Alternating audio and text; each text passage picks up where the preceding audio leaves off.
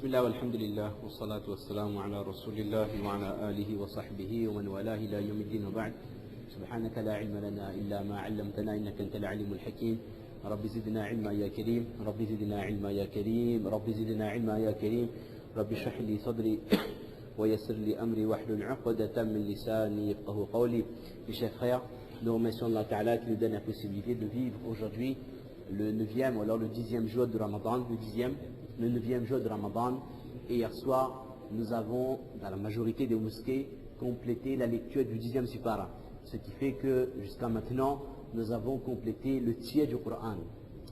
Et, subhanallah, le temps passe très vite, subhanallah. Nous avons tous remarqué qu'on a vu la lune samedi dernier, ou même vendredi dernier, on a commencé déjà, on est bientôt le tiers de Ramadan. Et on a juste à se mettre à l'esprit qu'il nous reste à vivre la même quantité pour arriver dans les 10 derniers jours. Et puis c'est le marathon, les nuits impaires. Et puis ce sera un Ramadan de terminé. Donc à nous de prendre conscience de l'importance de ce mois dont on a déjà pas mal de différents ulama, ils ont expliqué les vertus de ce mois. À nous de prendre conscience de ce que nous pouvons obtenir durant ce mois de Ramadan. Et la dernière fois, on avait expliqué qu'Allah Ta'ala attend du musulman 3 choses. L'accomplissement des bonnes actions, ça on en a parlé. On avait également que le musulman doit faire le maximum pour rester éloigné du haram. Ça aussi on a dit, l'effort qu'on doit faire sur ce plan. On va essayer de voir aujourd'hui l'effort que nous devons faire pour retourner vers Allah avec un pardon sincère. Mais avant même d'arriver à la notion de tawbah, nous allons essayer de discuter un petit peu, dans la mesure du possible, Inch'Allah, avec le temps qu'on dispose, sur la notion du péché. Alors, avec une question incontournable que peut-être certains penseurs islamiques peuvent se poser, si Allah Ta'ala vraiment attend de nous que nous restons éloignés des péchés, dans ce cas, pourquoi est-ce qu'Allah Ta'ala a créé Shaitan? C'est une question qu'on peut se poser. Si vraiment Allah Ta'ala, le Coran dit qu'Allah nous a créés ainsi que les djinns uniquement pour faire son adoration. Dans ce cas, pourquoi est-ce qu'Allah Ta'ala a créé Shaitan, sachant que Shaitan est une créature qui est là pour détourner les gens de l'adoration d'Allah et pour amener le maximum de gens avec lui dans l'enfer. Bien soit dans le Tarawih, si c'est le cas ici, on a lu le Sipara wa'alamu.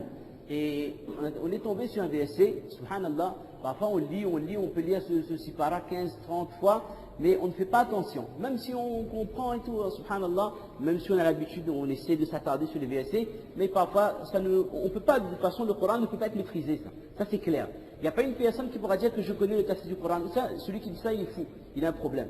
Ou alors il est orgueilleux, il est fier, je ne sais pas. Personne ne pourra dire qu'il maîtrise le Coran, le sens, l'interprétation des versets, ça c'est impossible. Il n'y a pas un homme que le Coran, ça ne se maîtrise pas. Tellement, parce que c'est quelque chose de tellement puissant, comme il y avait un collègue qui disait la dernière chose, et qui disait dernièrement, je ne sais pas qui c'est qui disait ça, dans quel contexte, en parlant de l'importance du Coran. Oui, c'était Mufti Luqman qui disait ça du mois dernier, c'est une parole magnifique, hein. Il parlait de l'importance du Coran, il disait que la seule chose qui existe dans ce monde, qui n'est pas un makhlouk, c'est le Coran. Ça c'est ajib, ça, hein. Ça c'est des réalités, mais bon, parfois on n'y pense pas. La seule chose qui existe dans ce dunya, mais qui n'est pas une makhlouk, qui n'est pas une créature d'Allah, c'est le Coran. Le Coran n'est pas une créature d'Allah. Ça c'est un grand massah i'tiqadi avec Imam Ahmad et tout. On a plus ou moins entendu parler de ce fitna. Le Coran est la parole d'Allah, parmi nous, qu'Allah a révélé chez nous. Mais ce n'est pas une créature d'Allah. Ce qui fait vraiment la spécificité du Coran. Donc, hier, il y avait un verset, vous savez que de Surat al-Anfal et Surat al-Tawbah, ce sont deux versets qui contiennent à peu près les mêmes versets, les mêmes sens, les mêmes histoires, principalement la bataille de Badr, dans le Surat al-Anfal et Surat al-Tawbah. Et il est expliqué qu'on connaît l'histoire de la bataille de Badr, même si ce n'est pas le sujet, que lorsque le prophète sallallahu alayhi wa sallam a dit aux sahaba que voilà, les Quraysh, ils ont une caravane qui vient de Syrie, qui appartient à Abu Sufyan, il y a à peu près 40 personnes qui sont responsables de cette caravane. A dit aux sahaba que l'argent que les Quraysh vous ont volé lorsque vous avez quitté Makkah, parce qu'il y a des gens comme Suhaib al-Rumi, lorsqu'il a quitté Makkah, les gens l'ont attrapé, il dit, ça va, pas comme ça, hein, mais il dit, où est-ce que tu vas là? Il a dit, tu es venu ici, tu n'avais rien. Tu as travaillé à la Mecque, tu t'es enrichi, tu as eu des biens, maintenant tu prends tes biens, tu vas aller rejoindre Mahomet et ses adeptes. Si tu veux vraiment faire la hijra, tu laisses tout. Et tu vas les mains vides, poches vides. C'est ce qu'il a fait. Et beaucoup de sahaba, ils ont dû quitter la nuit en laissant tout leur bien, leur troupeau, pour pas que les gens croient qu'ils ont fait la hijra. Donc, et les collèges, vous croyez qu'ils ont dit, ça c'est, comme on dit en arabe, al-luqata, les objets perdus, il faut attendre 1 an, chercher ce propriétaire. Ils se sont emparés des biens. Donc, ça m'a dit que la justice, ce serait que, si vous voulez récupérer vos biens, voilà l'équivalent. Il fallait affaiblir les forces des Quraysh. C'est une autre histoire, mais important quand même. Pour arrêter que nos enfants, ils apprennent en 5e à l'école que les Arabes, na'oudhu billah, étaient des pillards, qui pillaient des caravanes. Parce qu'en 5e, c'est ce que certains profs disent. Et si on analyse un peu les manuels d'histoire au collège, il faut bien voir si... Moi, j'ai vu des tests comme ça qui expliquent que Mahomet et ses compagnons étaient des pillards, des bandits de grand chemin. Nous devons rapporter le juste niveau d'éducation de nos enfants. Même s'ils sont en 6e, 5e, 4e, ils ont besoin d'être assistés. Quand il y a des choses qu'ils apprennent que c'est pas correct, nous devons être là pour les donner le discours correct.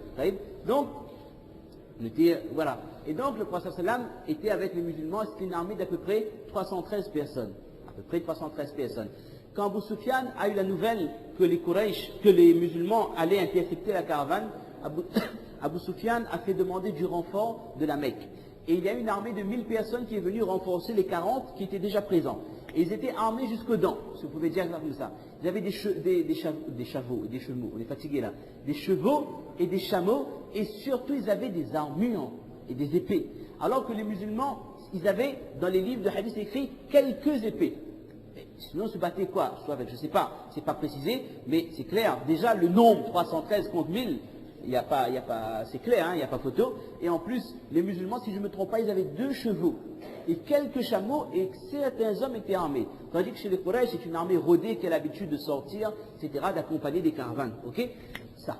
Alors, Shaitan, il y a 2 hikmat, bon, on ne va pas trop s'éloigner. Shaitan a été voir les Quraysh sous l'apparence de Subhanallah, Suraqa ibn Malik. Il a pris l'apparence d'un homme, et ça c'est une possibilité qu'Allah avait donné à Shaitan avant, que de nos jours ça ne se fait plus, de rencontrer, de parler avec Shaitan. C'est un autre sujet encore.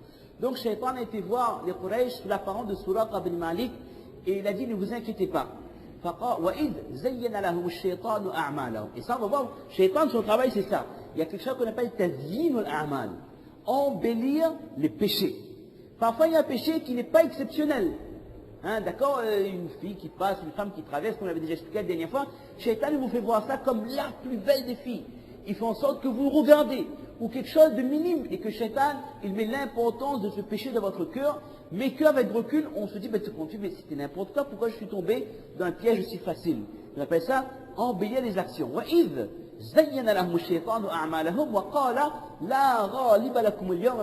Aujourd'hui, personne ne vous fera du mal, personne n'aura le dessus sur vous. Il dit au Quraysh, ne vous inquiétez pas, au-dessus, aujourd'hui, vous aurez la victoire totale, une victoire écrasante. Et moi, je suis le terme exact serait votre voisin, mais c'est comme si que je suis votre garant. Je suis là, je vous protège. Et les gens étaient contents, ils disent, il est là avec nous, il nous assure son soutien. Quand les 2 armées se sont rencontrées, là, les données ont changé.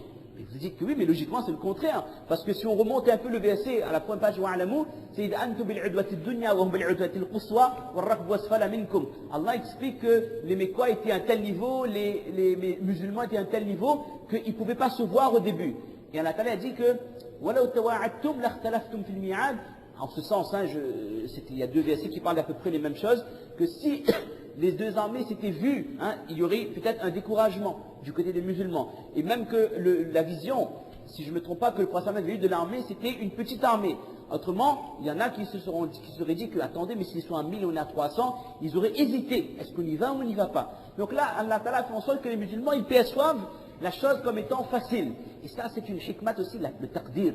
Parfois, Allah Ta'ala, il fait en sorte que nous ne voyons pas, nous ne comprenons pas toutes les choses. Ça veut dire que bon, on a besoin de l'Umrah. Mais si on vous avait dit qu'il faut attendre tant de jours pour qu'il y ait visa, tant de jours pour qu'il y ait l'avion, tant de jours pour qu'il débloque ça, pour ça. Ou quelqu'un vous a dit que oui, mais attention, mais là-bas, il y a tel problème administratif, qu'on arrive à l'aéroport, il y a ça, etc. Mais si on connaît à l'avance toutes les péripéties qu'il risque d'y avoir, ben, personne ne fait pas.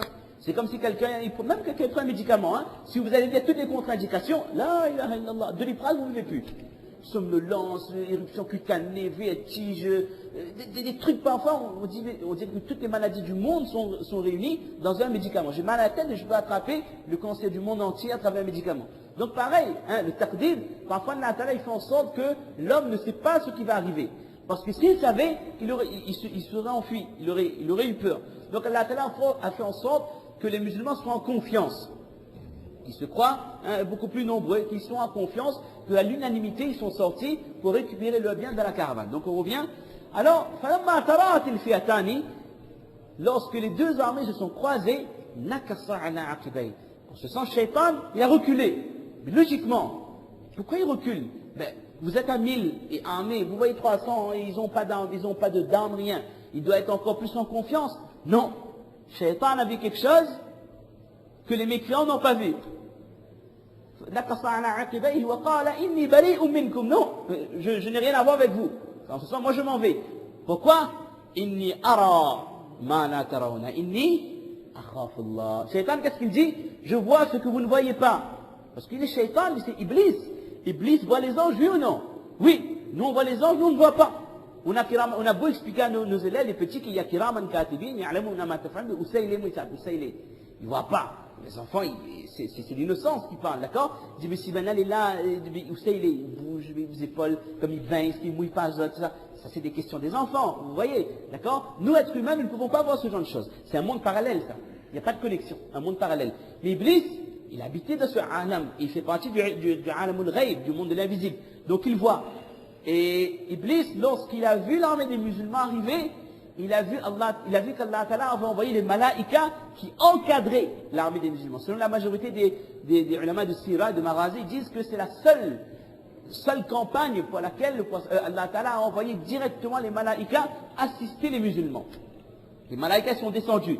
Et Ibn Kathir, rahimallah, il dit dans son tafsir, j'ai pas le texte sous les yeux, il dit que Allah Ta'ala avait envoyé Jibril avec une armée d'anges qui était à droite de l'armée. Mikaïl avec un groupe d'anges qui était à la gauche, et ainsi que l'un d'un autre grand ange qui accompagnait les musulmans. Donc lorsque Iblis, Shaitan, a vu les malaïkas auprès des musulmans, là il a dit, je vois ce que vous ne voyez pas. Et là Shaitan a dit la phrase, on pourrait dire la phrase qui tue, qui montre vraiment la réalité de Shaitan. Inni akhafullah. Shaitan, mes chers frères, il craint Allah. Nous, on est où nous? Shaitan, il connaît ce qu'est Allah. Il connaît qu'est-ce qu'Allah est capable de le faire. Shaitan, il sait exactement que, na'oudhu billah, que Shaitan n'est pas en concurrence avec Allah. Shaitan a imploré Allah, lorsqu'Allah a chassé Adam alayhi salam du ciel, par rapport au péché que Shaitan lui a fait faire. Une petite parenthèse, chez les musulmans, nous disons que c'est Shaitan qui lui a fait faire le péché. C'est pas les femmes, attention.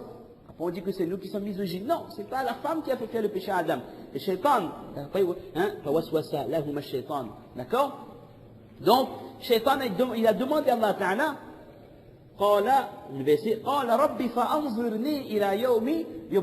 il a demandé à Allah un délai. Quand il a dit à Allah qu'il va détourner, il va détourner le maximum de gens du droit chemin. Shaitan, il a besoin de demander à Allah de lui accorder un délai. Allah Ta'ala lui a accordé. Mais pourquoi Allah lui a accordé? Et pourquoi Allah Ta'ala lui a accordé également le pouvoir de waswasa, d'insufflation? Pourquoi Allah Ta'ala lui a accordé la musique? On encore le verset juste la musique. Subhanallah. وَاسْتَفْزِزْ مَنِ اسْتَطَعْتَ مِنْهُمْ بِصَوْتِكَ وَأَجْلِبْ عَلَيْهِمْ بِخَيْلِكَ وَرَجِلِكَ etc. etc. Allah Ta'ala lui a donné ces pouvoirs à Shaitan. Cela reflète la hikmat, la sagesse d'Allah subhanahu wa ta'ala. Avec cette histoire, nous voyons comment Shaitan agit. Il pousse l'homme à faire le péché. Mais lorsque les problèmes arrivent, Shaitan, il se lave les mains. Et c'est un verset qu'on avait expliqué l'année dernière. Quand Shaitan sera dans le feu avec les mécréants,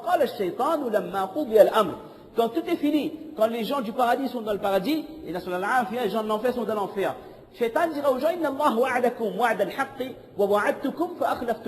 Allah vous a donné, il vous a fait une promesse. Et moi, j'ai essayé de vous détourner, j'ai juste dit, je vous ai juste invité. C'est vous qui m'avez écouté.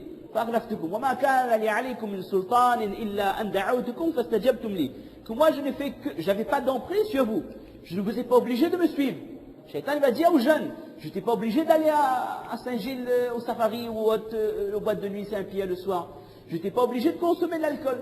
Je n'étais pas obligé de consommer les amals. Et pour les gens d'autres générations, je n'étais pas obligé d'avoir une maîtresse à droite à gauche ou de faire tel péché ou de faire ribat, bohtan. Chaque personne a son niveau de péché. Vous voyez? Il a dit, je ne fais que t'inviter vers le péché. Et c'est toi qui as écouté. فَلَا تَلُومُونِي وَلُومُوا أَنفُسَكُمْ مَا أَنَا بِمُصْرِخِكُمْ وَمَا أَنْتُمْ بِمُصْرِخِي إِنِّي كَفَرْتُ بِمَا أَشْرَكْتُمُونِي مِنْ قَبْلِ. Shaitan, il se lave les mains, il est dans le Jahannam, et les gens qu'il a emmenés avec lui, il n'y a plus rien à dire, ils sont avec Shaitan dans le Jahannam. Ça, c'est la méthode de Shaitan. Parce que c'est son travail. Par sa fierté, son orgueil, il a dit, je vais faire ça. Et lui, il connaît, lui, qu'il va aller dans le Jahannam. Il sait. Mais il aimerait amener le maximum de gens. Et c'est pour ça que Allah Ta'ala, lorsqu'il crée Iblis, Les anges, ils ne comprennent pas.